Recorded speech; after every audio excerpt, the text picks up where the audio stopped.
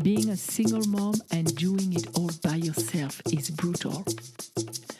Learn the brain and energy tools to get back to your center and overcome your challenges.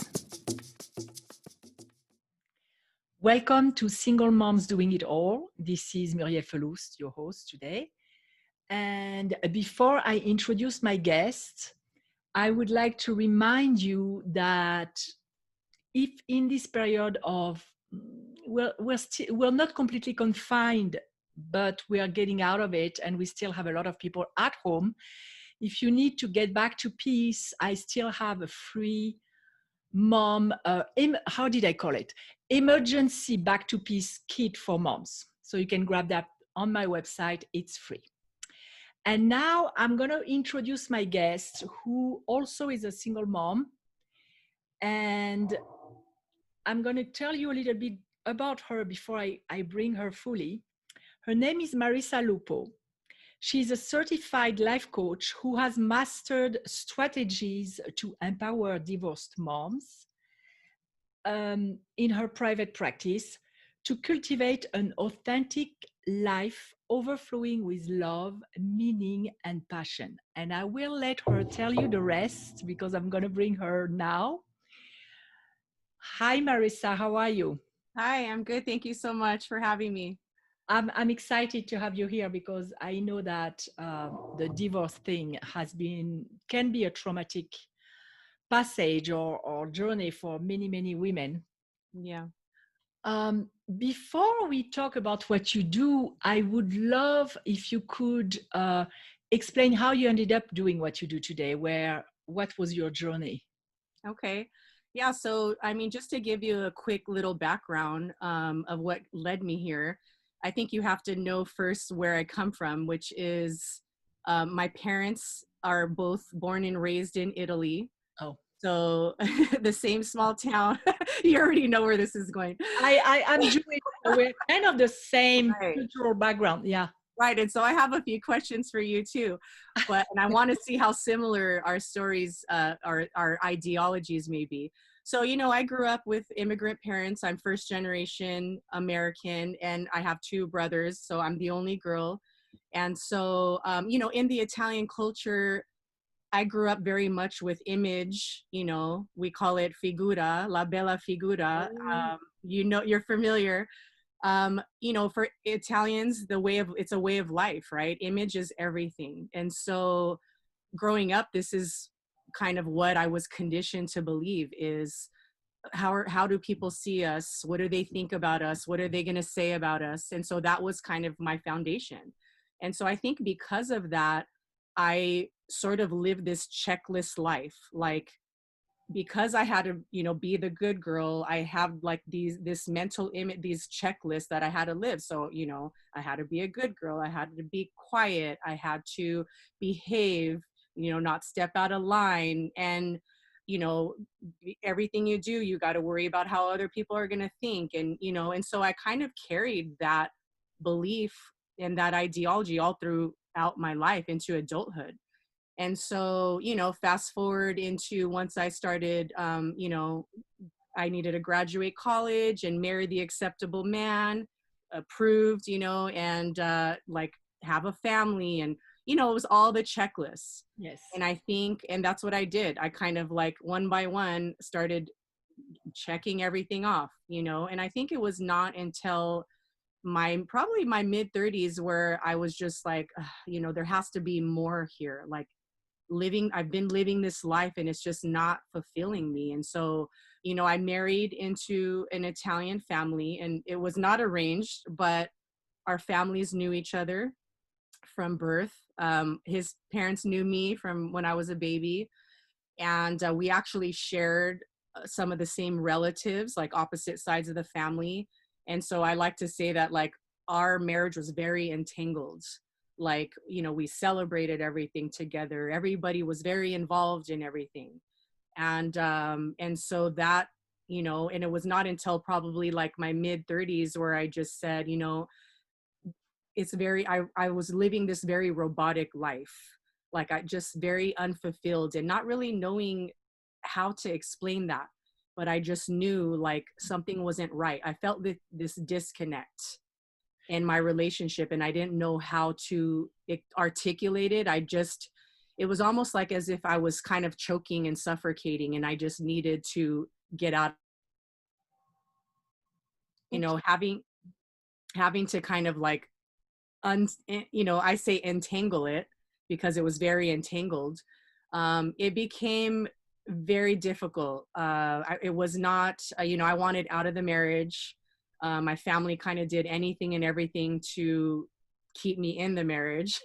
They weren't very supportive of my decision. We had 2 children, and on the outside everything looked wonderful. It was like, what are you complaining about? You have 2 children, you have a beautiful home, you have a husband that loves you, that provides for you. And they couldn't understand that there was something more.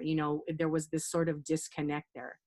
And so, at the time, I didn't have the language, I didn't have the tools, I didn't know how to explain this to anyone. All I knew is I couldn't be in this because I felt like I was slowly dying.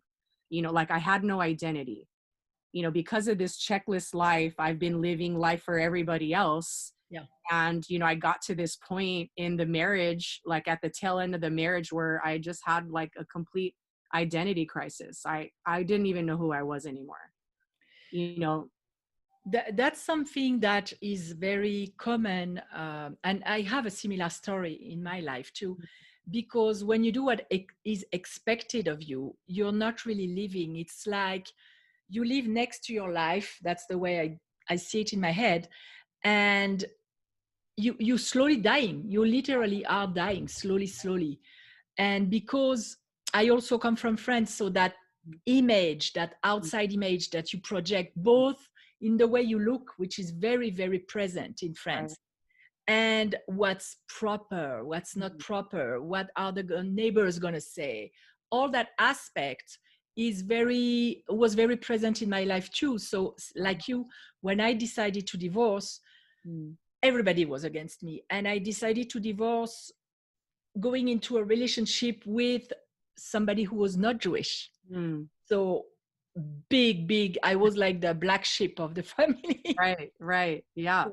I Yeah, completely relate to that. And so, for me, everybody was against me to the point where I felt like they were gathering the troops against Marisa, and it was me yeah, versus them. And it was at this, like, I had to constantly defend myself and prove myself. And and at the time I was very disempowered. I had no idea how to fight this battle. I had no idea who I was. And so I think that's when, you know, and like I said, it was at probably the tail end of my marriage, right before I was going to ask for a divorce, where I had this sort of identity crisis, this dark night of the soul, where I tried to, I was very depressed at the moment because I felt alone and unsupported.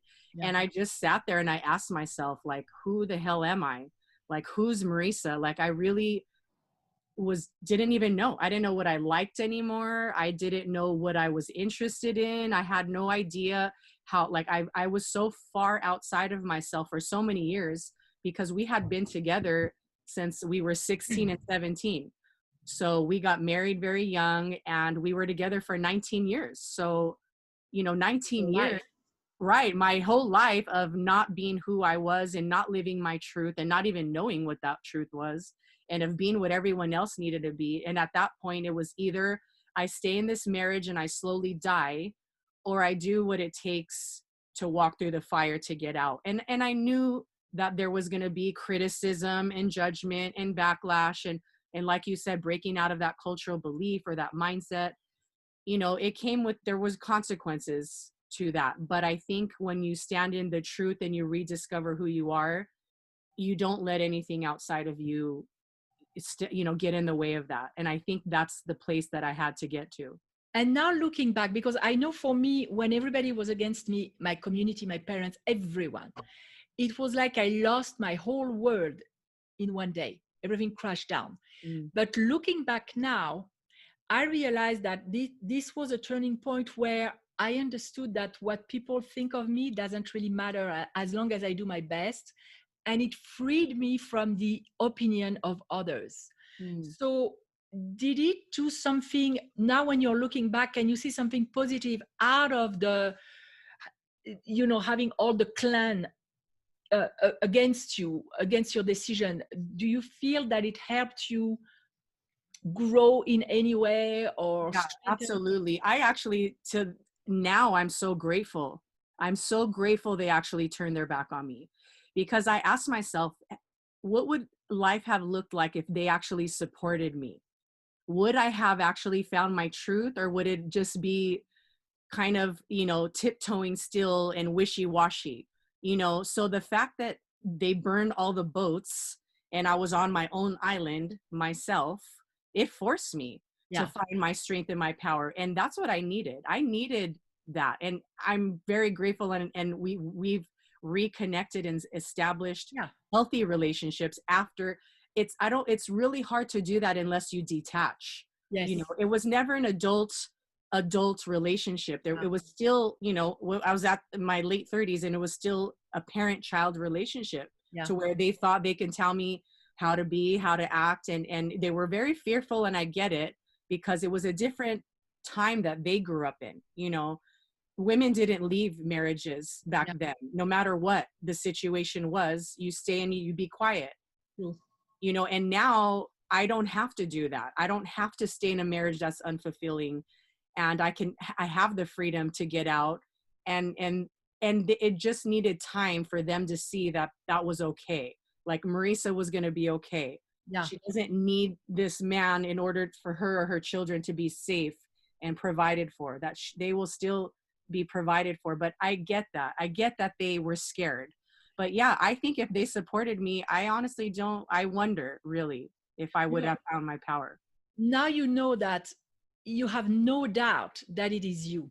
If you had support, you never know where is the strength coming from the support or from Right. you. When you're Right. in that position, you know it's fully you. And Right. as far as them having a hard time because they have different beliefs, and what I noticed for me is that the fact that I left, the fact that I felt strong enough to leave and believe that I could do it on my own, it makes other people face their truth too, because maybe at a certain point they wanted to leave but didn't feel that they have the courage to. So it's not only about you, it's about themselves too. Right. Yeah, Right. And I get that. I get that. Once you get to a point where now you have the language and the tools, yeah. now you can see with different glasses, right? But when you're in it, you Oh, can't think, you're just surviving. How do I survive this? How do I put the oxygen mask on? I can't worry about how this makes you feel. yeah, 'Cause I have to, it's sink or swim. Either I take care of myself first, otherwise I'm not good to anybody, or I'm not going to be good to my children. And so I really had to just be like, you know what? mhm, I'm not responsible for how you're going to take this. I have to do this for myself. And when I'm strong enough, we could reconnect and revisit this. And I get that. I get that my power and me standing in my truth, it triggers people, yeah, because they have to look at themselves, like you said, and look at how they didn't have the power to do that. And so this really shined a spotlight on it. It was more than divorce. Like, it was not just my divorce. It was all of our divorce. It yeah, was everybody's divorce, and everybody had their hands in our marriage, yeah. and it triggered everybody. It triggered my ex-in-laws. It triggered that whole family. It triggered I mean, I had the most horrendous things said about me, and Oh yeah, it just it blows my mind. But then I sit and wonder, like, and from men, from women, and I think, this is what women had to go through back in the day. They had to endure this, and they had to be quiet. And I'm so grateful that that I found the courage and the power to be like, you know what, I get that. I get that it's not about me. This is about you, and my strength triggers you because you never had the power to stand in your truth. and so there is also a forgiving factor in that formula, because once you were when you're in the turmoil and going through things, you can't see others, you have to take care of you. But once you get to a position where you're more stable, what did you consciously forgive each one of them? Did you do a work to forgive and understand where they were coming from, or was it just something that came over time? Yeah. So, let me tell you a quick, very powerful something that happened to me it was a major shift in my life. It really, really opened me up. So this was a few years after my divorce, where my family, they kept trying to strong arm me, right? They accepted the divorce, but only with conditions. If you lived a certain way, right?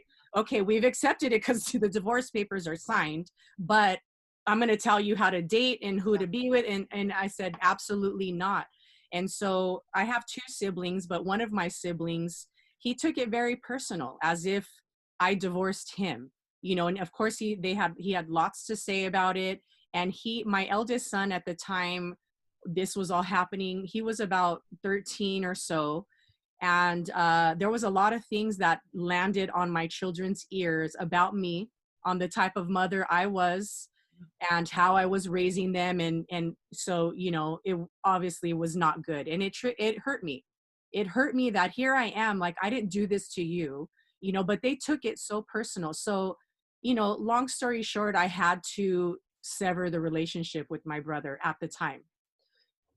In my eyes, basically, he was dead to me. That's how bad it was. I could not have this person. He was actually laid the foundation for my son at 14 to want to move out of my house and live with his dad full time. That's how bad it was. So something I thought was so unforgivable that I was going to take it to the grave. Like, you betrayed me, you hurt me, you took this personal, and you're done. In my world, you're done. And so I accepted that.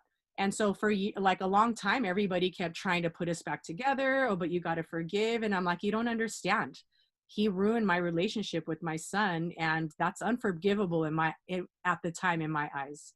So during that time, I realized, like, I was grieving. I was grieving the loss of my marriage. Yeah. I was grieving my relationship with my family. There, like, so many things of my friends that I had lost during this time. I was seeing a counselor because I thought, you know what, I need to talk about this. Yeah. I need to get this out. And she actually, during this one session, she walked me through this guided meditation. And I was brought back to a memory of our childhood when I was about 6 years old. And my parents and my family, we were in Italy visiting our relatives. And we were in Rome during this meditation. And my older brother was walking with my dad at the time, and they were behind me. And he was my oldest, and he was very tight with my dad. They had like a bond. And then me and my mom were walking in front of them holding hands. And, I'm the little girl, the baby. And here was my brother, the one who I was estranged from at the time, just jumping along the side, trying to get everybody's attention. And it was as if he were a ghost. Like, nobody paid any attention to him. Nobody turned to look at him. Nobody acknowledged him. And I was having this experience as if I was in his body, experiencing what he was feeling. And at that moment, what washed over me was the pain and the fact of this child being unseen, that didn't feel unconditional. His love was not unconditional, and just, a ghost in the family. And I literally, during this meditation, I started crying. I mean, bawling, because I imagined him being my son. And I imagined feeling this and the pain that he had been carrying. Mind you, he was in his 40s at the time, but I felt what he had been carrying his entire life. And it was that moment where I empathized and just was like, you know what? This is not about me. This is about this little boy that never felt seen or heard or loved. And those tears that I felt, literally just like, they washed away the poison that I had been carrying. Because you connected with his pain. Right. I got out of my ego and my story of, you betrayed me because this is what he did to my ego, my pride, right? You hurt me. So I was able to disconnect from the ego and connect to the spirit, and feel what his spirit was feeling. And, it got me to realize, like, no matter what or how old people are, they still carry these wounded children. Oh, yeah. And only wounded children hurt other people. And I understood why he hurt me, because he himself was hurt and in pain. And so after that experience happened, I still wasn't ready. I was like, I'm not ready to reach out to him. I wasn't ready to let go of the story. I Yeah. wasn't ready to let him in. I didn't trust him.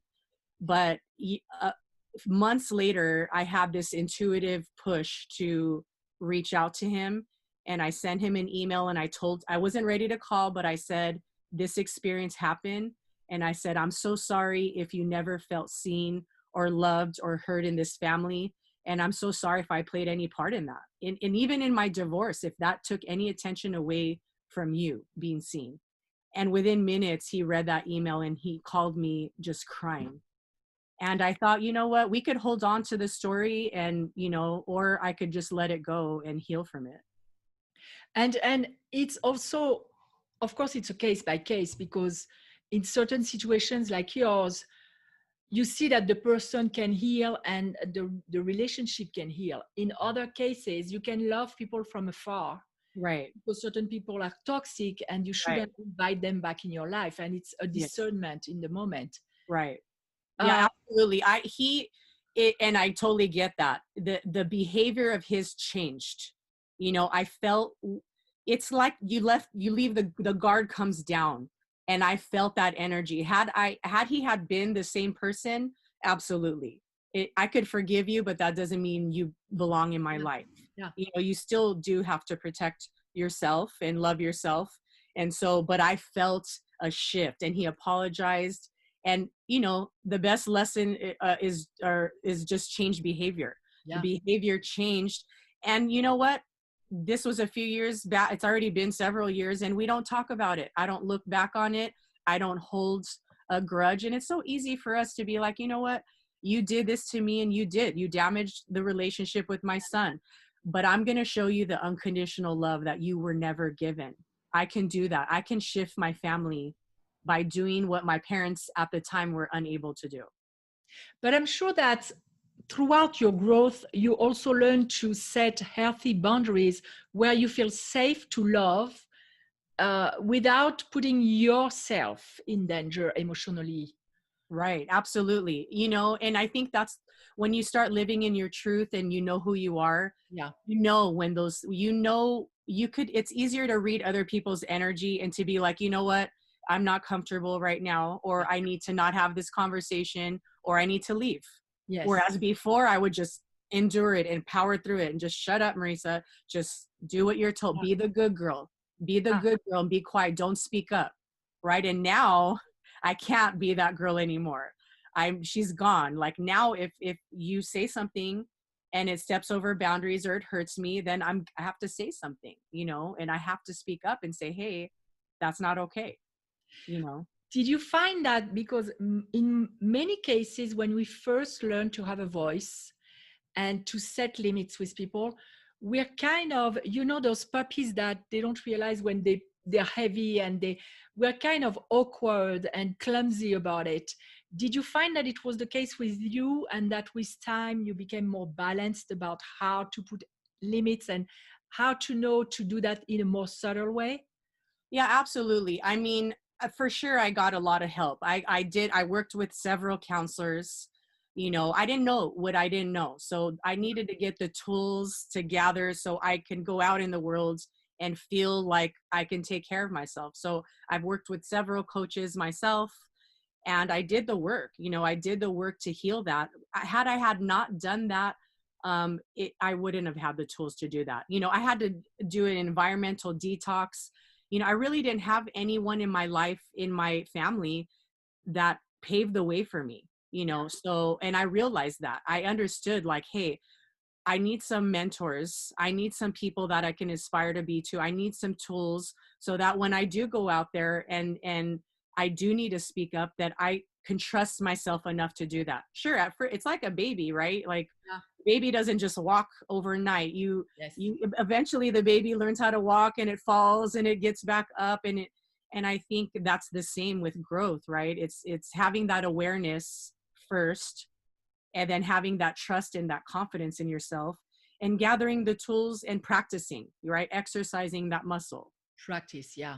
Practice Right. is key, because It's about wiring in the brain. Even if you don't practice, you go back to your own default wiring and you're not changing yourself or your life. Right. It's easy to do that.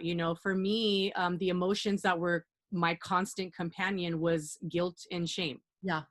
And guilt and shame was my default emotion. And every time I get triggered, it was always like the underlying thing was shame. There's Yeah. the shame that surrounds this divorce. I'm a divorced woman. I'm a divorced mom. What do people think about me? Because growing up, I had this negative association to divorce in general. Yeah. We would see people that were divorced. We would say, oh, they're miserable or their family's broken or, whatever, as an outcast. And so when I got divorced, I thought that's who I was too. Yeah. I carried on of course, their old beliefs that are not even my own, but Yes. I was conditioned to believe that I was damaged. And so being mindful of the guilt and the shame that surrounds it, and just knowing that that's not mine. This came from generations. And Italian people are very good at carrying guilt. Guilt, we feel guilty for not being good enough mom, for not doing enough. A lot. For me too, in my culture. But like you said, it's a feeling that you broke the cycle for generations before you, and that's so empowering. Right. It is. I remember, during my marriage, I didn't do a lot for myself because it was always about my husband and the kids, right? I had to be the mom, I had to clean and cook and do all these things for them. And I was like, what do I do for myself? And so I actually wanted to go out and play soccer, and I never played soccer before, but I learned in my 30s. Oh, And great. I went out and played, and I got some backlash of like, oh, well, how do you have time to play this? Don't you need to take care of the kids? And Yeah. and it's like, what? I don't want my kids to have that guilt that they carry. I want them to know that they can go out and do what they want to do and be who they want to be, and not do that. But I have to do that first. I Yes. have to show them that it's okay. We are models. We are the Right. models for our kids. So if we give ourselves permission, it gives them permission at the same time. About because you mentioned that your relationship with your son was damaged. Um, I know that sometimes it's difficult as a mother. My kids were exposed to stuff too when I divorced. People were telling them that I would go to hell and not heaven and stuff like that. Mm. So I had to really find a way to explain things to them so that they wouldn't carry that with them, that fear and that shame and that being like almost mocked Right. as my kids. How did you navigate that? What did you do to try to make it easier for your kids? What helped you? Yeah. So, what I did at first was what I was conditioned to do, which was control Yeah. and get upset and scream and do all the things that I was raised to do. And I realized, what am I doing? I can't force them or put this in their face to think a certain way, right? So I realized that especially my son, him and I, we bumped heads a lot because he's very rigid, and I didn't understand that. So was I didn't understand that. I was very much raised to be the type of mom where you control your children, because my mom will still say this to this day. You control. My son is almost 19. You control your children. And I started seeing that. I started seeing, what, that doesn't work. It Yeah. didn't work for me and my brothers, and that's not going to work for my son. So what I had to do at first was let go. I Yeah. had to detach. I had to let him start thinking for himself, and I had to do the work to heal myself. Did he hear a lot of damaging things? Yes. Yeah. But when he saw that mom didn't match what people were saying, he started understanding, well, that doesn't look like mom. That doesn't act like mom. It's not adding up. And so what I realized is I didn't have to say anything. I just had to be that. I had to become what I wanted him to believe, right? But I had to embody that first, Yeah. because controlling or punishing or getting mad was only keeping this chaos alive. It was this reactivity that was keeping this monster growing. And I didn't like the energy. And it definitely, when I just let that go, it healed our relationship to where there's this sort of freedom we never had before. Yeah. Like we have this freedom between us where don't have expectations, where he needs to meet my needs, right? Yeah. He doesn't need to make me happy. And it's this control is just an illusion anyway, because we don't control anybody. We can put limits when they're young, but when they become teenagers, it becomes very evident that control doesn't work. And Right. it will even lead to more conflict and rebellion, because they need to be heard too, the same way that we do. Right. And I had to learn that too with my kids. And it's funny. How many kids do you I have? have 3. So what do you have, boys and girls? I have 2 boys and 1 girl. So I have the opposite, 2 girls and 1 boy. And to me, there is a difference between how you raise a boy and how you raise a girl. I had to learn about the needs of boys to become men, which Yes. is very different from the needs of girls to become women. Yeah. And when I started learning and studying that, everything changed. My relationship became so much better with my son. Did you Yes. notice a difference too? Oh yeah. Oh yeah. The 2 oldest are night and day. I mean, totally. I had to navigate so differently with both of them, and I had to get curious, Yeah. instead of, because the control only comes out of fear, right? We're scared that we're going to lose them, Yes. or we're going to disappear. And so I think the minute that I let go of fear and stepped into unconditional love, which is new for a lot of people. Loving them and giving that room unconditionally is very new. So with my son, yeah, he was very reactive, where my daughter was very emotional and quiet and contained. And I had to, we never reacted in that way, but it was a quiet, she was more quiet, and I had to settle in more, and I Yeah. had to connect, and I had to allow her space. Whereas with her, I understood I have to give her space, and then she will come talk as she needs. Yeah. But I would, at first, was triggered. Like, is something wrong? Does something happen? What's going on? And I would just throw myself up on her because I needed her to make me feel safe. Yeah, And she, because that was fear. Yeah. right, I was, okay, am I going to lose you too? What's happening? What's going on? And I had to say, you know what? This is what she needs, and this is how she communicates, and she will communicate when she's ready, and she will come to me when she's ready. Give her that freedom to Yeah. do that. Whereas my son was very vocal. Yeah, it's definitely learning how to navigate. And I had to learn this from day one. It wasn't what I was shown. I wasn't raised with talking about feelings. No. And how does this make you? It was just like, get away, do what you're told, to be quiet. Yeah, I wasn't even raised where you were allowed to have anger.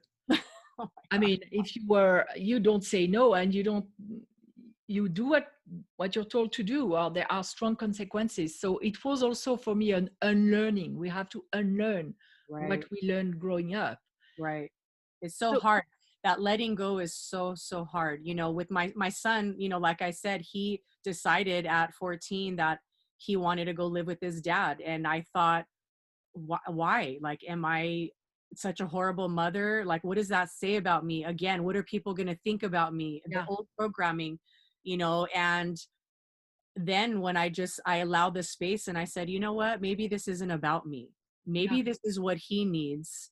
And I have to just accept that and be okay with it. yeah, And, and it was, he's, some children, it's very difficult to maneuver back and forth between mom and dad. And, he's very kind of like, he likes things a certain way. And it created a lot of conflict and chaos for him, emotionally and mentally. And so I said, you know what, if this is what you need to do, I support you. And that was hard, really, really that's hard, one of the hardest thing to do for a mom. really hard. I mean, I went into every story. It was like an internal battle. And even this day, when I write about it, I do a lot of writing and blogging as well.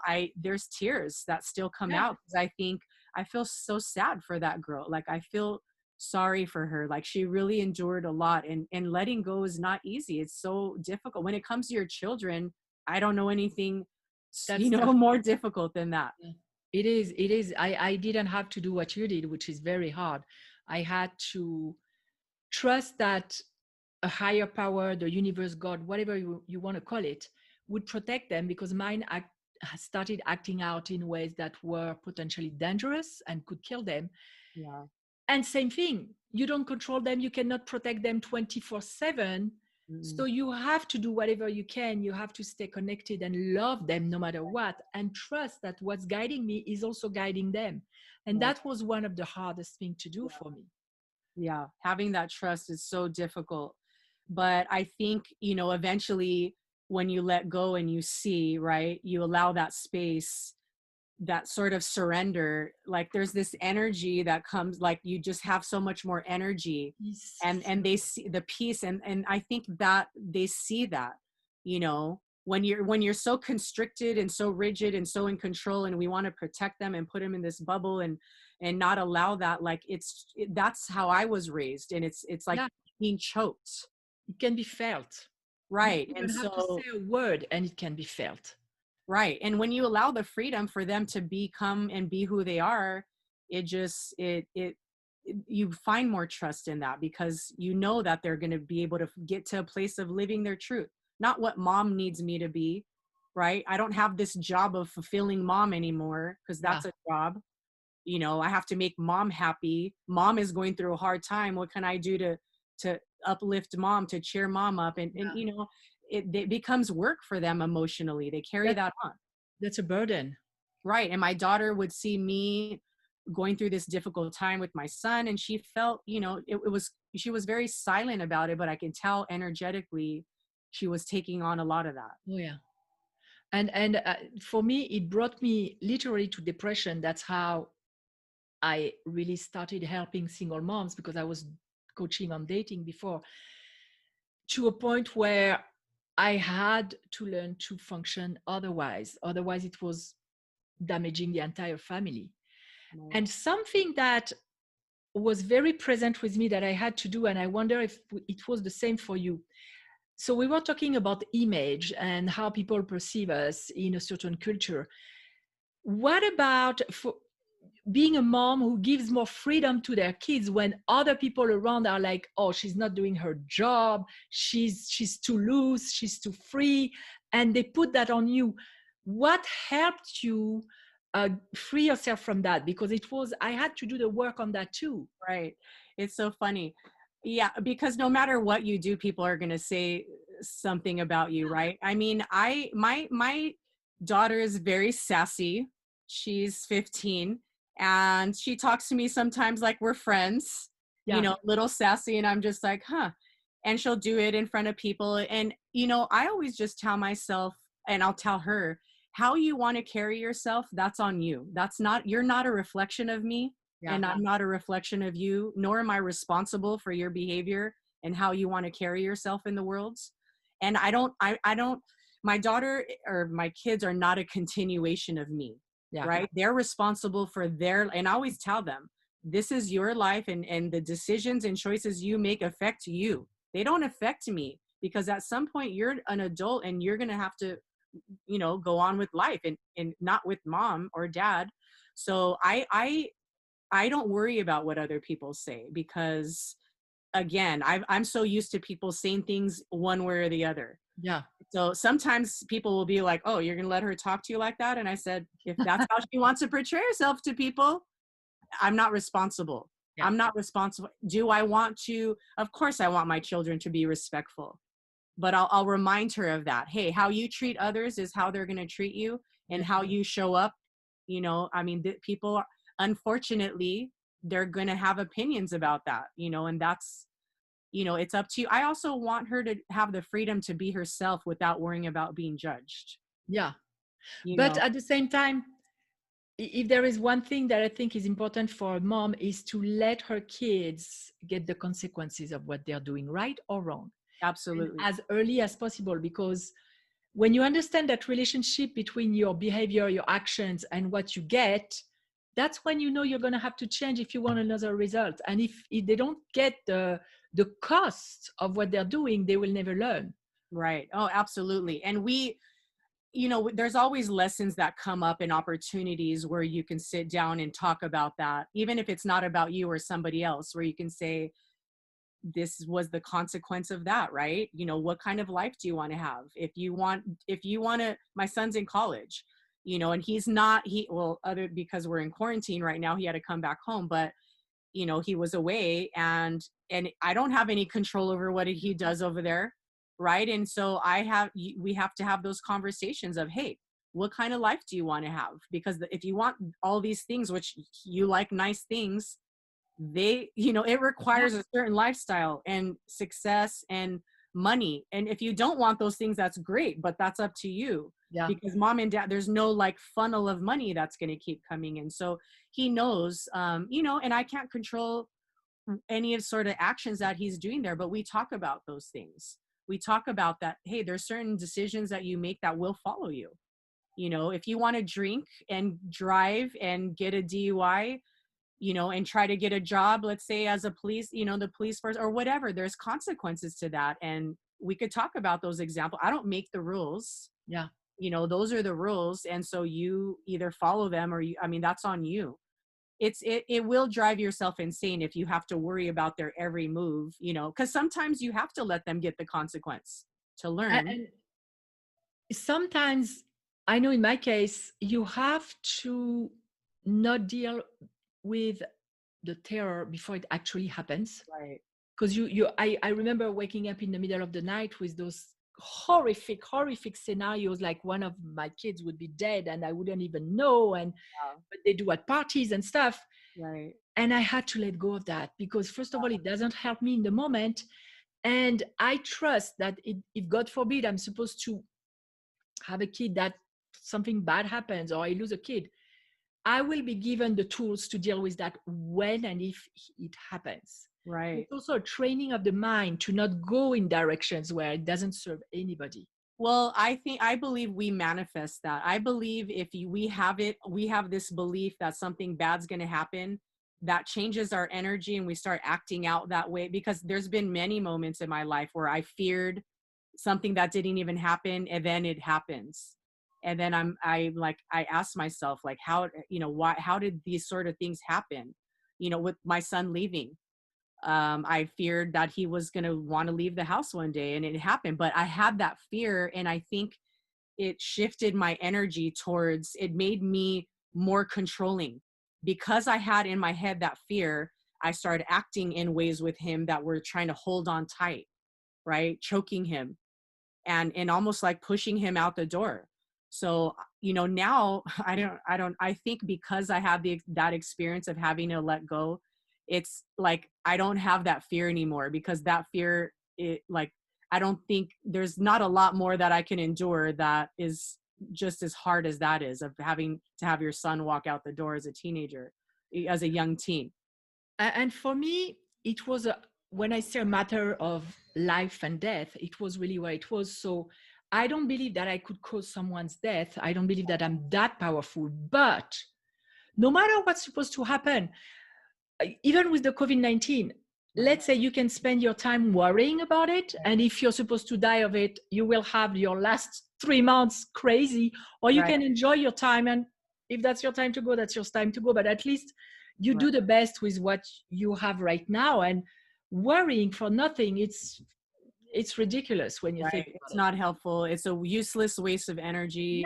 Yeah. To be, it just doesn't allow you to be in the present moment, right? Yeah. To have that joy of being present. And I think, especially during this time where a lot of people are just stressed or have anxiety, and they're consuming stressful things. And so, whatever you focus on grows. Yeah. That's your world. And I don't want that energy. I don't want to be a magnet for that energy, right? Because whatever you choose to look at is what you're going to see. Exactly. Your brain will show you, if you're in fear, it will show you everything you need to be afraid of to add to your list. So it's not even worth it. Right. It's not worth it. I want to deal with things as they come, because that's life, right? Things are going to happen. in the moment you handle it, but other than that, just allow that space and that freedom to just be who you are. So now you're helping other moms. You're helping moms who went through divorce, who are going through divorce. I'm helping either contemplating divorce or have went through divorce or going through divorce. So my focus is mainly moms. And yeah, that's like all ranges. At first, I actually had been like you, I was coaching, relationship coaching. And I got involved in writing a collaborative book, which is not released yet. And I wrote my story, and through that story, I kind of reconnected to, I need to be helping divorced moms. That's where I need to be. Yeah. And so I kind of went that route. Yeah. Yeah. And so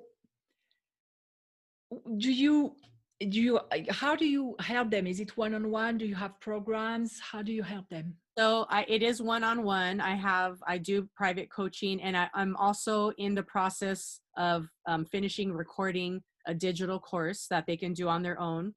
And it's called Untying the Knots of Divorce and Stepping into Your Purpose.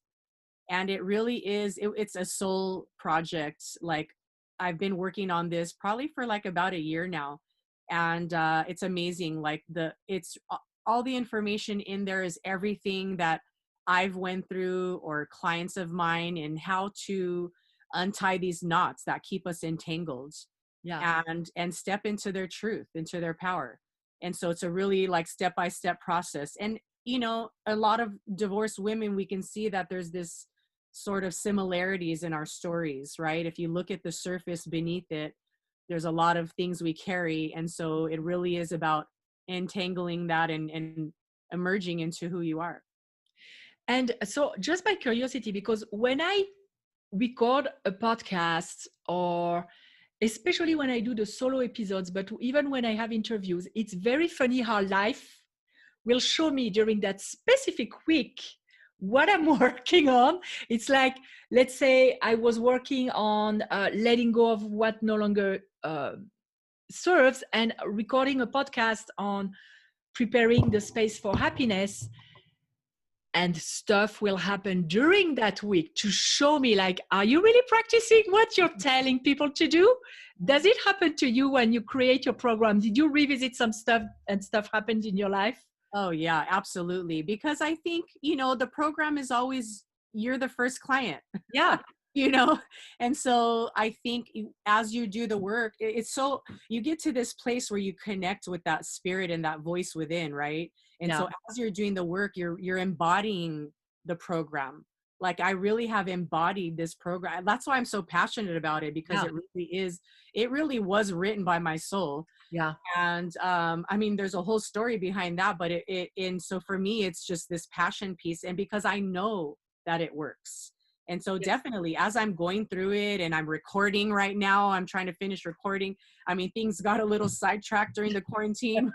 We had to, maneuver around it. Yeah. And yeah, I'm recording, I'm like, wow, like, this stuff is so powerful. And it reminds me of what I went through. And so it is, I think you can always still heal at a deeper layer, revisit, and just sit with that information. And I want people to connect to it the way I did.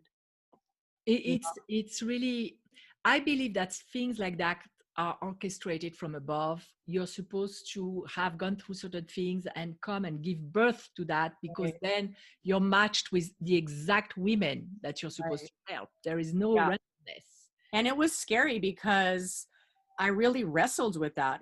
I was like, no, I'm relationship coaching. I'm not going to coach for divorced moms. I mean, it's so Ah, specific. And it wasn't from me. I wrestled for a long time. And, I've actually worked with other coaches, and they laughed at me because they're like, this is not your control. So just go with it, yeah, let go, trust everything that's in the program. And so again, I had to embody that. yeah, And, I really just become a vehicle for that. And yes. and it's hard because it's scary and it's uncomfortable, and you don't know what that's going to look like or how it's going to be received. And it's very personal, and it's hard to share some of these stories that are very personal, and they still do there's still a little bit of pain or grief, and you have to still unlayer at times. And even in writing the book, I remember reading the chapter out loud to somebody and I started crying. And I was just like, wow, because I imagined it being somebody else. I read it as if I read someone else's story. And I just felt so sad. Like I felt for her. I connected, Yeah. and I hope it does it for somebody else. It will probably, because it's guided from your soul. So it's something deep. Yeah. I have a question that I always ask my guests, and it's about self-love, because so many women, they're not taught how to practice self-love. They don't know what it means to them. So I love asking my guests, what is their definition of self-love? So what is it to you? I mean, that's it for me. Self-love is really, it's not about the manicures and the pedicures and all those things, although they're great and wonderful. Self-love is really about just sitting still and really connecting to my spirit and listening and asking what it needs and honoring that. And I think during this time, during the coronavirus, a lot of people are being forced to sit Yes. in that stillness, right? We're so uncomfortable with that. And I think for me, self-love is just listening at what your spirit needs, Yeah. because it tries constantly to get our attention, and we're just busy, right? We're busy, busy, busy. And self-love for me is just sitting in stillness, and whatever that is in that moment at that time, or whatever I'm going through, just honoring that and seeing it. Yeah. Definitely be connected to what you feel and who you are. Right. And being able to shut out everything else on the outside and honoring who you are, right? Like sitting with that and being okay and not worrying about what everybody else thinks or says, or that's not going to go away. You're going to have the judgments and the criticisms, and you know loving yourself. And I really think we forgot how to love ourselves, Oh and we yeah. were, or maybe never shown how to love We were not ourselves. taught. Right. How do you practice that in your life? I know I love meditation and writing. What are your tools to practice that, sitting in silence, sitting with yourself? So for me, it's hard because at first I was not comfortable with it. I have, I lack focus. I'm like, I think a lot of creatives are like all over the place. And so journaling was huge. Yes. Um, and journaling without distractions, right? No cell phones, no drinking, just journaling and sitting Yeah. there with my thoughts. And that's how I was able to connect eventually to the voice within. And I have a hard time still with meditating, but I'll just breathe. I'll do breath work. Yeah. I'll just close my eyes and sit in stillness and shut everything out and ask for that space. And especially now, hey, if I'm in the room, don't open the door. I'm going to be taking a minute for myself, and just, it. So I have like a series of things, I think, not just one thing. Yeah. Definitely journaling, breath work, writing is so therapeutic for me, and sharing my story. Yeah, and I was never I didn't grow up writing. I'd always thought I'm not good at this. The limited story. And as soon as I did, I was like, wow. And all these people are like, wow, your writing's amazing, or I connect to your story, or your story is my story. And just hearing that, like, I think it's a disservice to keep those stories inside. I think somebody needs to hear it, and it's so you really get to a place where it's not about you anymore. It's about somebody else. And that removes the fear. When Right. I really want to do help and I really want to do something powerful, I connect from the heart to the heart of the person that I can help. All Right. the fear is gone. Right. Yeah, because if I sat with fear, it'd be like, oh my God, what are people going to think about me? Oh, what is my ex-in-laws going to say about this Yeah. story? What is my ex going to say, or my children, or my mom and my dad? And like, that could take you down. And Yes. so that's where disconnecting from that, of saying, you know what? No, it's not about you. And don't take it personal. This is my story. Yes. Right. And somebody else can have a totally different perspective, and that's fine. But Yes. this is my story, and I'm going to honor that. I mean, this is what I've been called to do. I've been called to use my voice. And so for me, this was not the first choice, right? It was always writing first. because I feel like writing does something that either podcasts or interviews can't do. Yeah. You know, there's a deeper Yes. layer there. There's a quiet there. There's a concentration. There's a connecting to that spirit, and it's hard to do that or articulate that. So that's why for me, I'm better suited with writing.